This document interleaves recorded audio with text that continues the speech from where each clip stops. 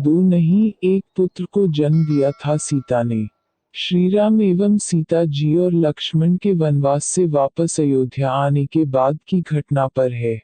यह वह समय है जब श्री राम एवं सीता जी को पहली बार पता चलता है कि वे माता पिता बनने वाले हैं।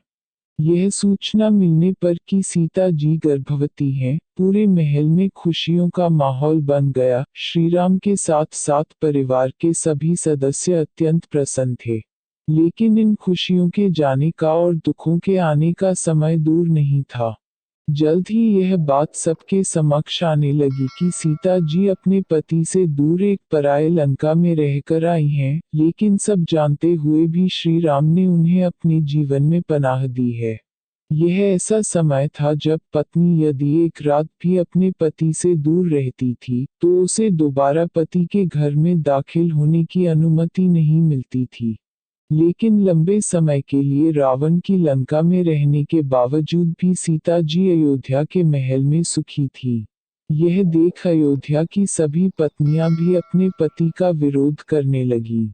अब बात श्री राम तक आ पहुंची। इस स्थिति को देखते हुए सीता जी ने स्वयं ही अयोध्या छोड़कर चले जाने का फैसला किया। स्वयं लक्ष्मण उन्हें जंगल तक छोड़कर आए जहां महर्षि वाल्मीकि उन्हें आकर ले गए।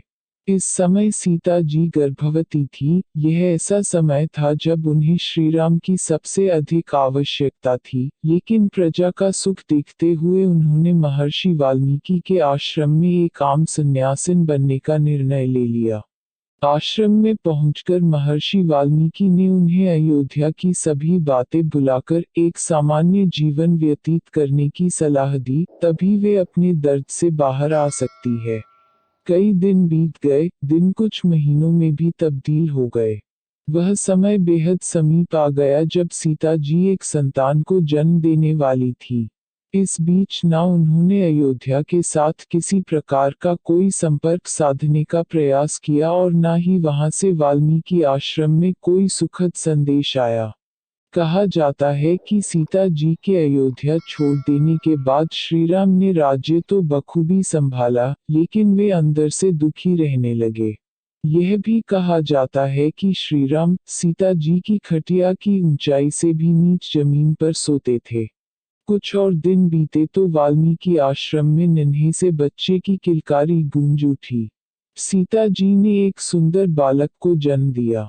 वाल्मीकि जी के साथ आश्रम के सभी लोग प्रसन्नता से भर गए। जिस पुत्र को सीता जी ने जन्म दिया उसका नाम लव रखा गया। लव के जन्म के बाद सीता जी का अधिकतम समय उसके पालन पोषण में गुजरता। आश्रम के अन्य लोग भी उसका ध्यान रखने में सीता जी की मदद करते। एक दिन सीता जी कुछ आवश्यक लकड़ियां लाने के लिए आश्रम से बाहर के पास स्थित जंगल जा रही थी। लेकिन उन्हें यह चिंता थी कि वे लव को कैसे लेकर जाएं। निकलते हुए उन्होंने वाल्मीकि जी को कुछ कार्य करते हुए देखा, तो उन्होंने उनसे लव पर नजर रखने को कहा। सिर हिलाते हुए जवाब में हाँ कहकर वाल्मीकि जी ने लव को उनके पास बैठाने के लिए कह दिया, लेकिन जैसे ही सीता जी कुछ आगे बढ़ी तो उन्होंने देखा कि महर्षि का ध्यान केवल अपने कार्य में है और वे लव की ओर देख भी नहीं रहे। इसलिए सीता जी ने लव को साथ ही लेकर जाने का निर्णय लिया, लेकिन जब उन्होंने लव को उठाया तो महर्षि ने यह दृश्य नहीं देखा। कुछ देर बाद जब महर्षि ने इधर उधर देखा तो उन्हें लव दिखाई नहीं दिया और उन्हें यह भय हुआ कि हो ना हो लव कहीं चला गया होगा और किसी जानवर का शिकार हो गया होगा। अब वे सीता जी को वापस आश्रम लौटने पर क्या जवाब देंगे? सीता विलाप करने लगेगी। इसी डर के कारण वाल्मीकि जी ने पास में पड़े कुशा, घास को लिया और कुछ मंत्र पढ़ने के बाद एक नया लव बना दिया। यह लव हूबहू पहले जैसे लव की तरह ही था। अब उन्होंने सोचा कि सीता के वापस लौटने पर वो उसे यही लव सौंप देंगे और कुछ नहीं बताएंगे। कुछ समय के पश्चात जब सीता आश्रम लौटी ने उन्हें देख महर्षि चकित रह गए। उनके पास लव को पहले से ही देख वे अपनी आंखों पर विश्वास नहीं कर पा रहे थे। पूछने पर मालूम हुआ कि सीता जी लव को अपने साथ ही ले गई थी। और माता सीता कुश को देख अत्यंत खुश हुई और दोनों बालकों को अपना लिया।